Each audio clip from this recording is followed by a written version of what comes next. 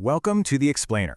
Today, we're cracking open a fascinating case file, one that involves a shipment of goods literally lost to the sea. And in the process, we're going to uncover this really surprising legal rule that honestly affects pretty much anyone who ships anything internationally. Okay, so let's just dive right in. Picture this. You've got a whole container full of your valuable goods, right? And poof, it just disappears during its voyage. When you go to file a claim, the shipping company comes back and offers you just a tiny fraction of what it's actually worth. Sounds crazy, right? Well, this isn't some made-up story. We're about to unpack a real court case where this exact thing happened. All right, so our story kicks off way back in the fall of 1993 with what seemed like just another routine shipment, this one going from Hong Kong to Manila. So here's the timeline. Pretty simple at first glance. A shipment of yarn gets sent out from Hong Kong. But then, just a couple of days into the trip, the ship hits some seriously heavy weather. And boom, the container holding all that yarn, it just falls right overboard. Gone. So the company that was supposed to receive it, Fukuyama, does what anyone would do. They call their insurance company. Now, to really get what happens next, you got to know the three key players on the board here. First, you've got Fukuyama. They're the ones who own the goods.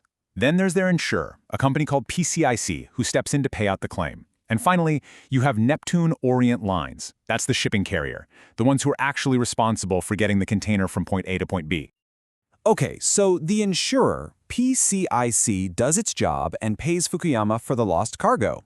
Then they turn around to the shipping company, Neptune Orient Lines, and say, all right, pay up. And this is where the real fight gets started. And we're talking about a specific amount, P228,085. Now, that's the full insured value of the lost yarn that PCIC paid out. So, of course, PCIC, which is now basically standing in Fukuyama's shoes, demands that entire amount back from the carrier. Seems fair, right? But the carrier's response was, well, it was a masterclass in just dodging responsibility. First, they straight up ignored the owner's claim. Just crickets. Then, after the insurer paid out the money, the carrier refused to pay them back the full amount. This complete stonewalling basically forced the insurer's hand. They had to take them to court, and that kicked off a legal battle that would drag on for years. So let's head into the courtroom and see how this all played out. And I'll tell you right now, this was not a simple, straight shot to a verdict. Nope. Different courts came to wildly, and I mean wildly, different conclusions. So check this out. The first court, the regional trial court, they sided with the insurer. Total win. They ordered the carrier to pay the full P228,000. Case closed, right? Not so fast. The carrier appealed, and the next court up, the Court of Appeals, did a complete 180. They slashed the carrier's liability all the way down to just $1,500 US. That's it. Just $500 for each of the 3 packages of yarn. This huge difference in verdicts meant one thing. This was headed for a final showdown in the Supreme Court. Yeah, there was no way the insurer was going to walk away after that. Facing this massive loss, PCIC took their case all the way to the top, the Supreme Court. And their argument was incredibly bold. They basically said, hey, the carrier shouldn't get any liability protection at all. And they backed it up with a really serious accusation. They accused the carrier of something called quasi-deviation. It's a fancy legal term, but here's what it means in plain English. PCIC claimed the crew didn't accidentally lose the container in the storm. They claimed the crew threw it overboard on purpose to save the ship. Now, if that were true, it would be a massive breach of the shipping contract, and all those liability limits, they'd be out the window. The carrier would be on the hook for every single cent. But the Supreme Court found a huge hole in that argument. And the funny thing is, the evidence that poked that hole came from the insurer themselves. See, the surveyor's report, the one PCIC had paid for, it directly contradicted their claim.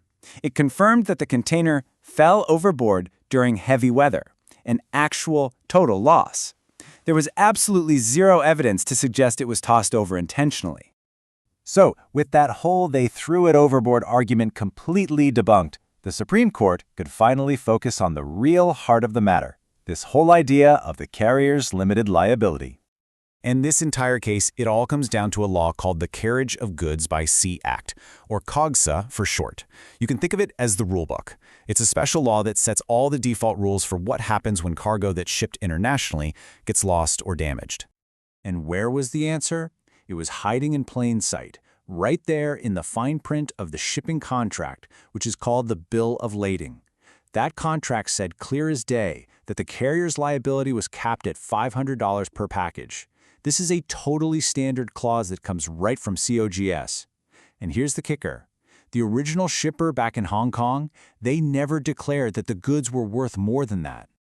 And the Supreme Court basically laid it all out, saying the law on this is crystal clear. Look, by default, the carrier's liability is capped at $500 a package. But, and this is a big but, a shipper can get full coverage. They just have to follow the steps.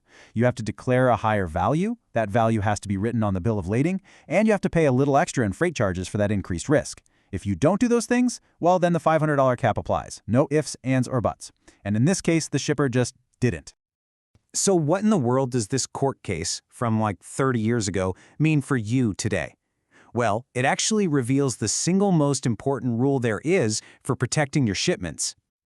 The takeaway here is so simple, but it's incredibly powerful. That $500 limit, it's just the default setting. You always have the option to get around it. You just have to be proactive. You have to declare the real value of your cargo, make sure it's actually printed on the contract, and yeah, pay a little extra for that peace of mind. It is literally the only way to make the carrier responsible for the full value.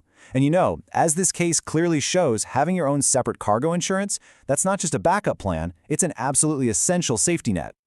So it all comes down to this. Knowing this rule now, would you ever ship something valuable without declaring its full value? It's such a simple step, but it can be the difference between getting all your money back and, well, a pretty devastating loss.